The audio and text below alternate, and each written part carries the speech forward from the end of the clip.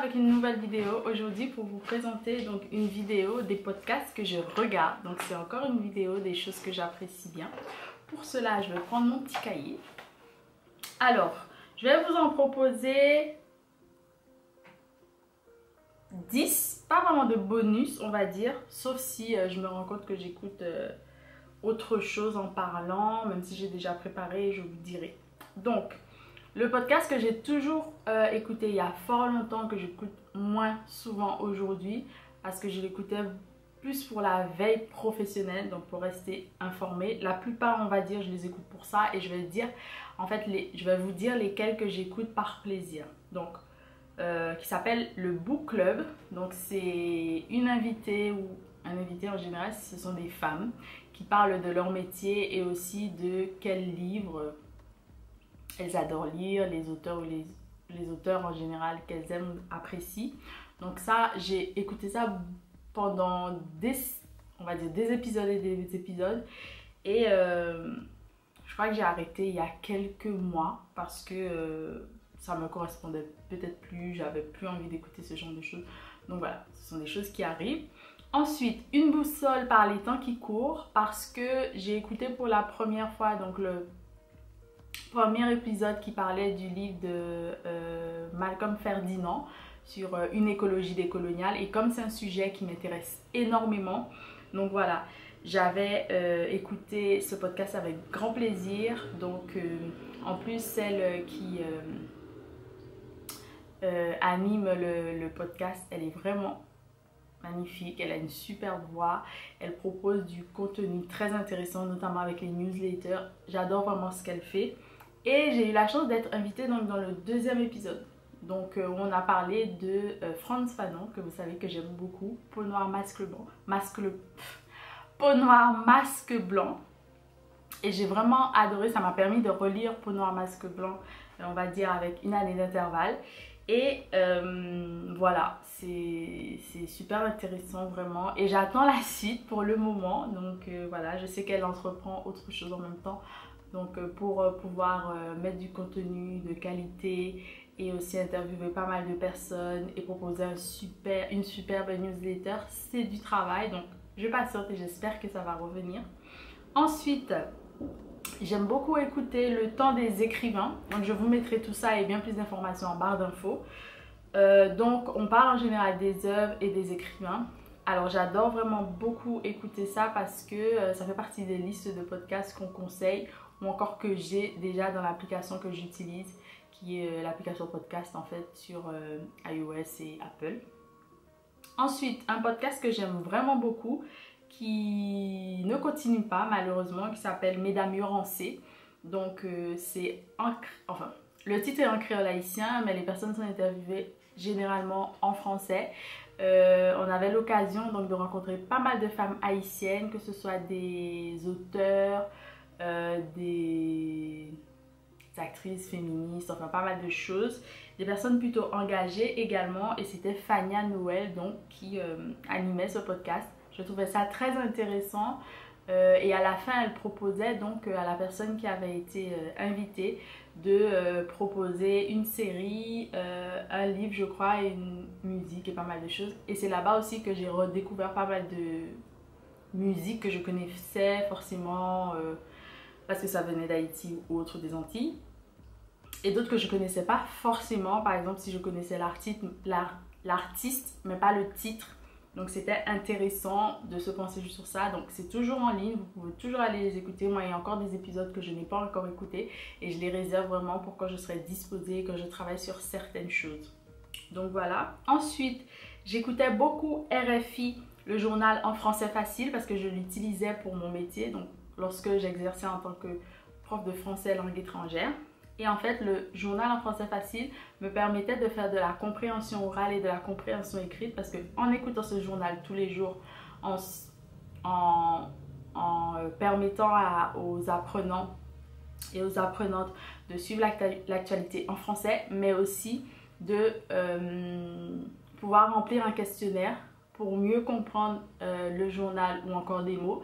Et il y avait la transcription également donc sur le site après pour pouvoir aussi s'entraîner à la compréhension écrite. Donc c'était presque tout tout un pan de la compréhension ou plein de compétences qui étaient en même temps cochées en fait. Donc c'était très intéressant, non seulement pour moi, mais aussi pour les apprenants et les apprenantes. Ensuite, une histoire avec Ben Vincha, je sais pas, je l'ai mal écrit, mais je vois que c'est le podcast qui parle en fait de savoir faire du storytelling. Et ça, je trouve ça super intéressant parce que je suis très intéressée par le storytelling. Parce que non seulement j'écris des articles pour mon blog, mais j'écris aussi de la fiction, de la poésie. Et bien plus, je l'espère. D'ailleurs, en ce moment, je travaille sur pas mal de choses qui ont besoin, qui ont besoin en fait de cette compétence, le storytelling. Donc voilà, j'aime beaucoup écouter ça et puis je crois que c'est pas très long. Donc c'est super intéressant. J'écoute aussi Lead Her to Success que Junelle donc anime avec entre elles du coup. Donc j'ai été invitée aussi il y a quelques années à faire une interview avec elle. Vous pouvez retrouver ça sur les réseaux sociaux. Et elle a un podcast qui invite à entreprendre en fait. Notamment, elle invite les femmes à entreprendre et il y a des épisodes pour se lancer. Pas mal de choses que je trouve vraiment très intéressantes, que je vous laisserai bien évidemment en barre d'infos pour que vous puissiez aller consulter. Enfin, pas encore la fin, mais j'écoute Aquabook. Donc c'est un podcast que j'ai découvert avec le premier épisode parce que je suivais en fait, voilà, sur Booktube pas mal, non pas Booktube, sur Instagram, Bookstagram du coup, pas mal de choses. Et j'ai découvert, donc j'ai trouvé intéressant qu'on fasse un podcast sur les livres et sur des invités. C'est pas mon podcast préféré, je dirais, pas du tout d'ailleurs, mais pour moi ça me permet de faire de la veille professionnelle et j'invite pas mal de gens à aller écouter parce qu'il y a des gens par exemple que je vois, je connais entre guillemets, des connaissances on va dire, qui passent dans ce podcast. Donc c'est un moyen d'avoir leur point de vue sur la littérature, notamment la littérature dite afro. Et voilà, c'est très intéressant pour moi d'aller voir les différents points de vue sur la littérature dite afro, les littératures afro-caribéennes ou autres. Parce que bien évidemment, les avis sont très divergents et ma position à moi par exemple n'est pas ou n'a pas encore été forcément abordée. Donc ça c'est super intéressant de voir ça, de voir comment les gens voient les choses.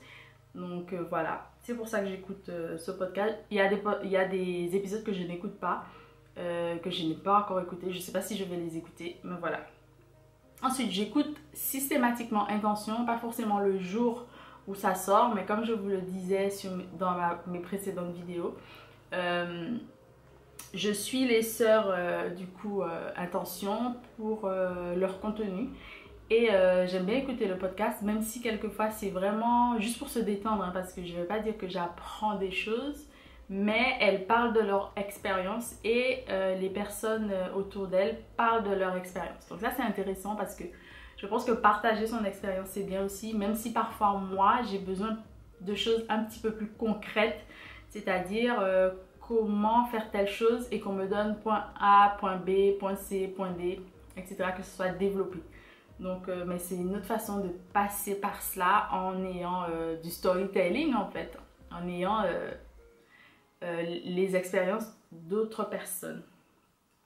Et enfin, le podcast du marketing que j'ai récemment connu grâce à Muriel du coup de Aizana, donc la marque avec laquelle je travaille. D'ailleurs, mes boucles d'oreilles viennent de là-bas, ainsi que ma manchette, si on peut dire ça comme ça, je ne sais plus comment on dit, mais je crois qu'on dit comme ça.